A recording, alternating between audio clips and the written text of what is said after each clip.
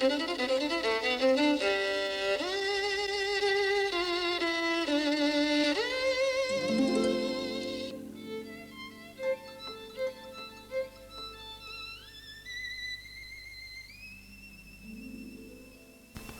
painted in every medium, but he's probably best known for his pastel painting. Pastels probably first came into existence through accident, like most things. As charcoal sticks on the fire, and I should imagine early man discovered with the rain-washed colours, earth colours, red, ochre, yellow ochre and so on, out of the earth, the umbers and many colours, probably rolled them up, may have wee-weed on them, probably, rolled them into little cigar shapes and draw little pictures on caves and things. So pastels in that sense have probably been here for God knows millions of years. But then, according to history, let's say it was on paper, 15th century, and it wasn't developed until really Rosalba Carrera came in the 18th century and made them as famous as they are now. She had an enormous, I mean really a staggering, fantastic effect, speaking artistically, being of course Venetian, steeped in the Venetian tradition. She came to Paris and was a wow. I mean, it's the only way you can describe it. Everyone went potty to get her work.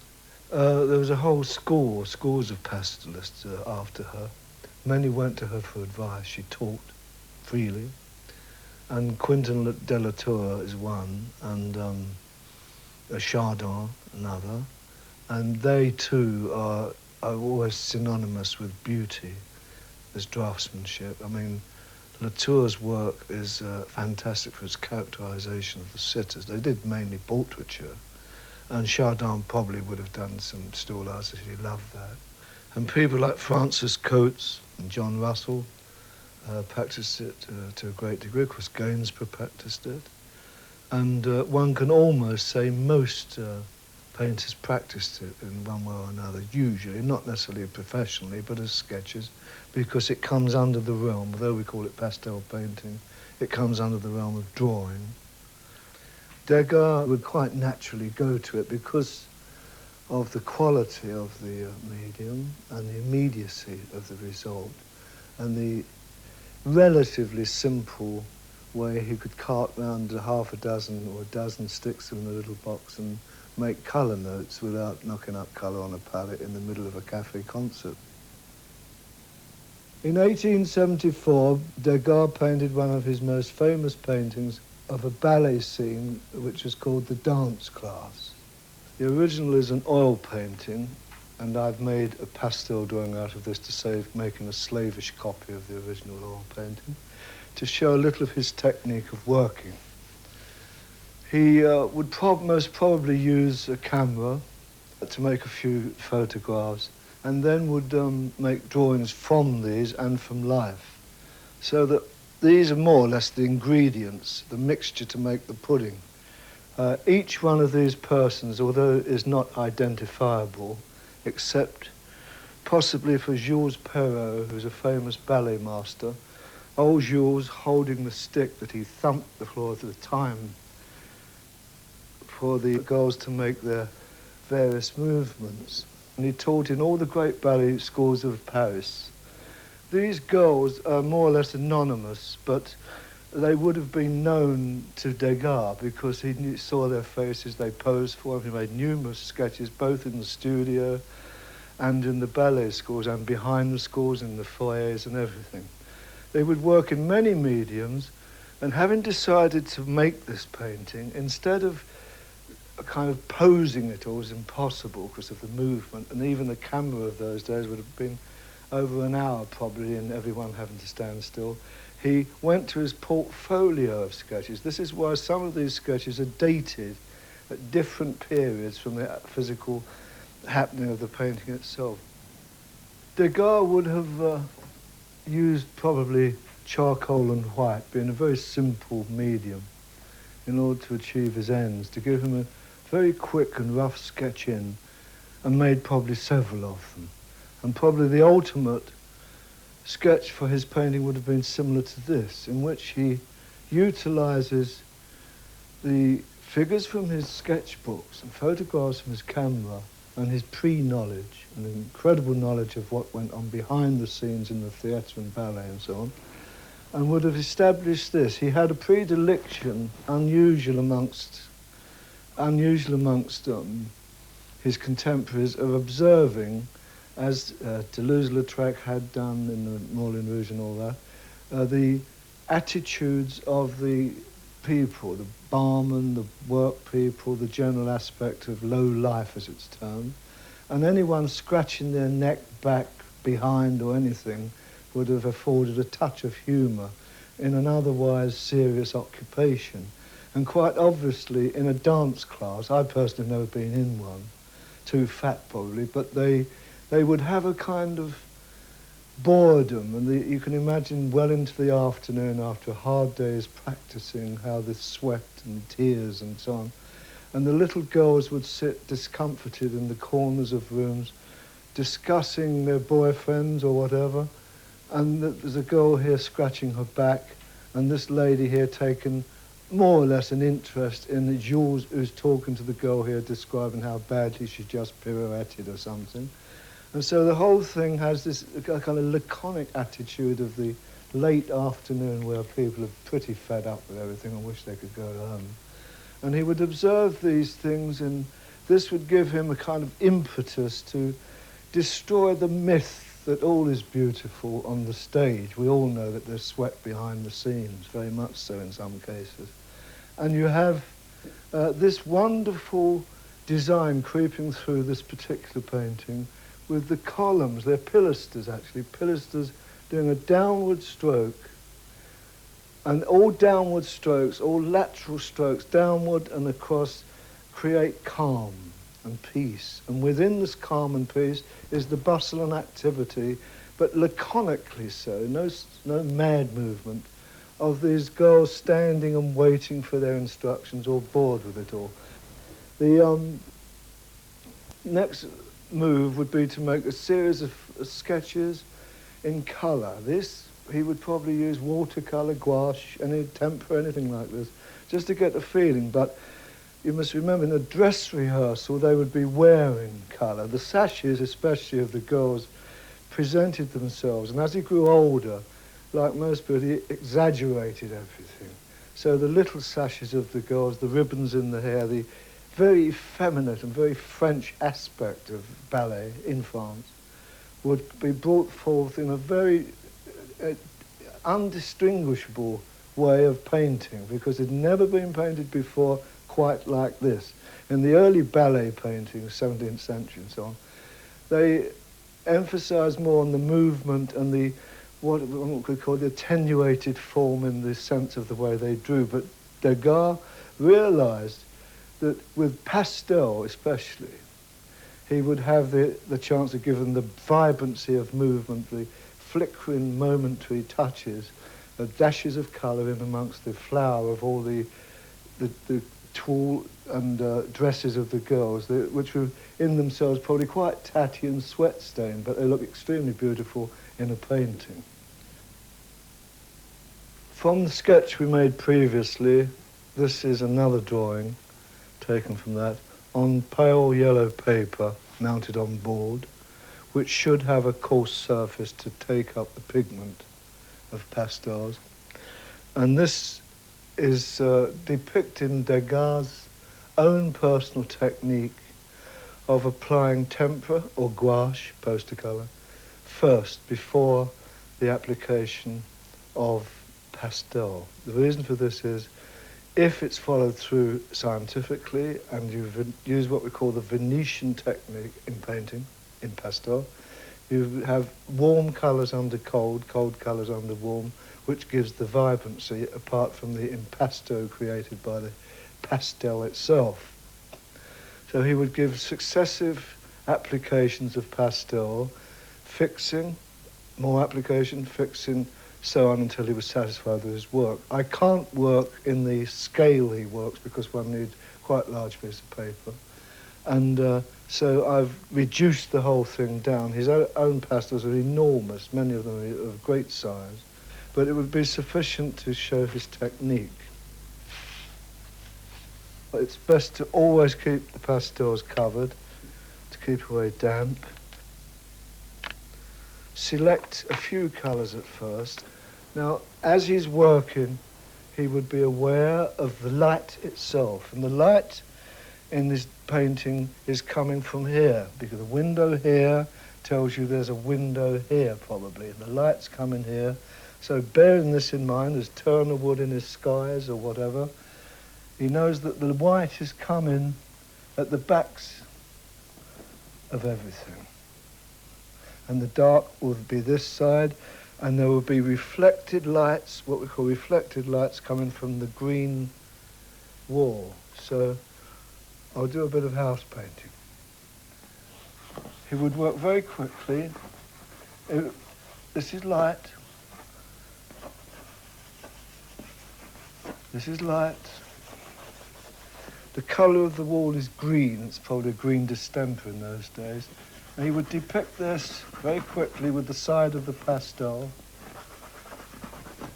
making no attempt to fuse it with a touche, which is the old method of the masters before him, but striations like this of colour, which register from a distance with much more vibrancy.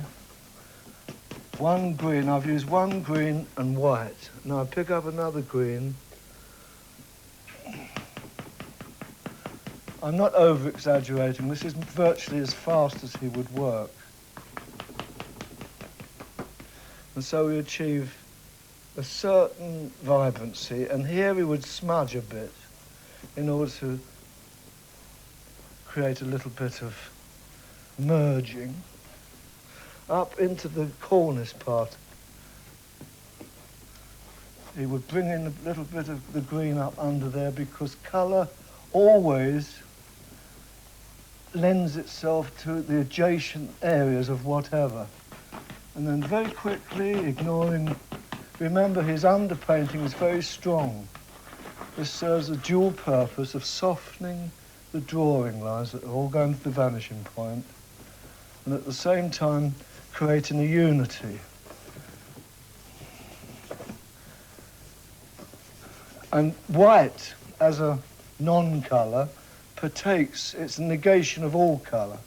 It would partake very happily any colour around it. They'd step back, see what he'd done, shudder, go forward again, and liven it up a bit. He was well aware of the value of relative gold against white and green, and the entablature here has probably got gold leaf on it in the original building. And following his lines down, he would put a few touches of ochre, gold ochre, very appropriately named, to depict the light that is caught, and then a little higher light to emphasize that, knowing that back from the picture, these touches would, we hope, register as a light, and then don't worry if pastel is always breaking. Doesn't matter how careful you are. They're always handy. Put them in a little tin box and be grateful you've got them. They'll always come in usually very precious little pieces at the end of the day you pick up, and you're glad you didn't throw them into the waste basket. And then the girl here has a green sash. And he would want very much aesthetically to bring this green through the picture. So he'd treat this little girl to a bit of green, and so on throughout the picture. And in the same effect, this girl has this red on the hair and the lip.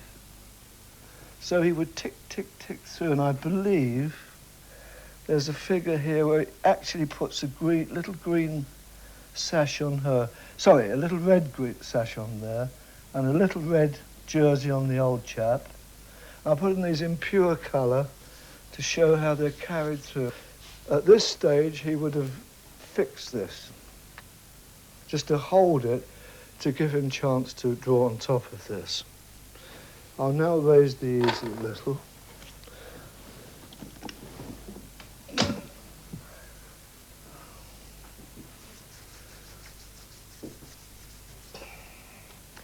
He would now, ignoring the figures, because Sir Joshua, not because Sir Joshua Reynolds said it, but it's a known fact that the background is as important as the figures.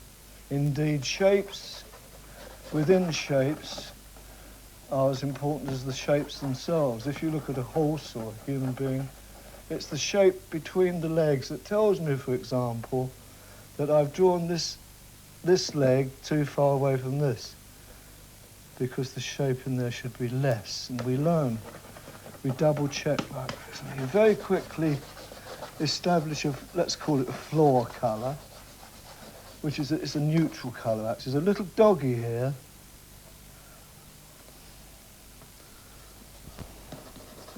And these dark accents are going over his pastel, and also over his gouache or tempera. The shadows from the staff of Jules would throw a line like this. And as crudely as one applies it, it gives a direction of the plane of the floor and also a certain movement, giving the movement of the drawing. And it always gradates, shadow always gradates from strong to weak. And if the lines are taken across, it binds figures together.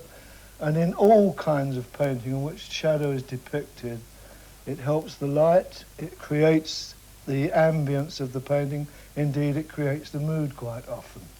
Up here he has, and you must remember, I'm not working from the original and don't know the colours exactly, but up here, and I'm doing a pastel and the original is an oil painting, there are the shadows around the girl's feet, which one emphasises this, and after puts light on it, and this, and afterwards you put light on it, and a dark accent here and there, just to create the more dark you put, the lighter the two twos become. And the area around this figure is very difficult to draw this type of figure, but Degas was almost obsessed with the back view of people, which he'd taken, of course, from Ang, and was well aware of the... She also would be standing based on the lateral, with her back towards you. It gives you the feeling you want to look over her shoulder into the picture. And all these ploys are used by painters as part of their craft. And the beauty of pastel is the smudgy quality. You can get different textures according to the paper you're working on. It's a messy business, but quite beautiful. And remembering the green of the sash, the walls, as an excuse to bring green back into this part of the picture, he's drawn, or painted in this case, a very beautiful watering can, which was used to lay the dust kicked up by the little sweetie pies. After the first or second coat applied of pastel, it's necessary to fix it. This can be done with an atomizer.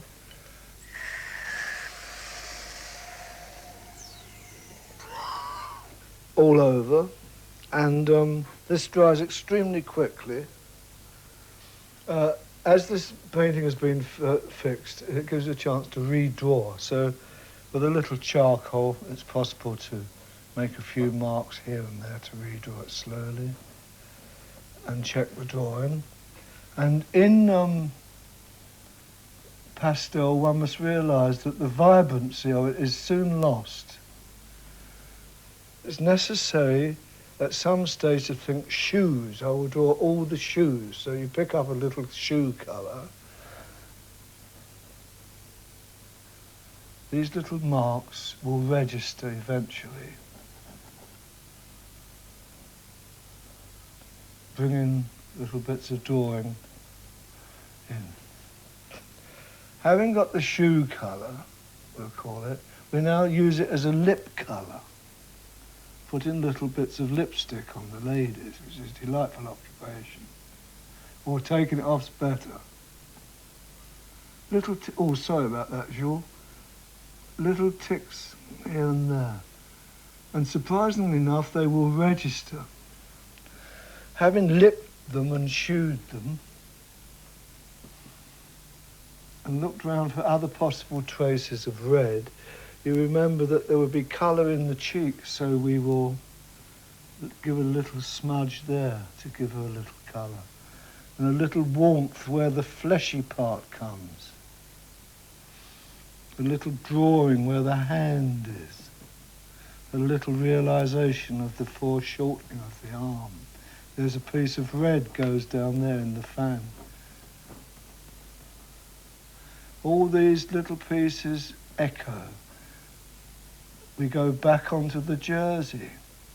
Over on the little piece of red on the lady here. A little warmth under her face. There's a lady behind her. The lady here. Now all these warmths are opposing the cool lights, the coolth. So a blue haze is whispered around the areas going away from us into the wall, and all these will register as aerial perspective around figures.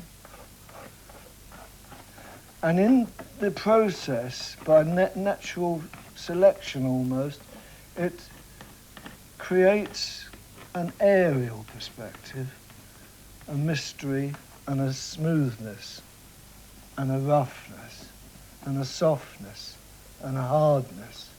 So you get textural differentiation and a kind of alternation, which is, depending upon the artist, creates the mood and mystery of the picture.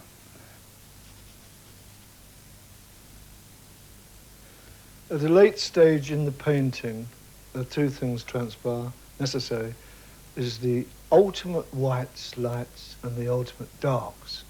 I've indicated some of the whites on the tutus. They use black, he used black extensively to differentiate the flesh and to create a foil. And this will bounce across. This is an old trick. It was used by Gainsborough, in which it was said that his painting in the Kenwood Museum would fall to pieces if it wasn't for the black band round the lady's neck. And this is true. It holds, it gives a relative tone to everything. It all can be merged in shadows with a finger and so forth. Black is a magical colour.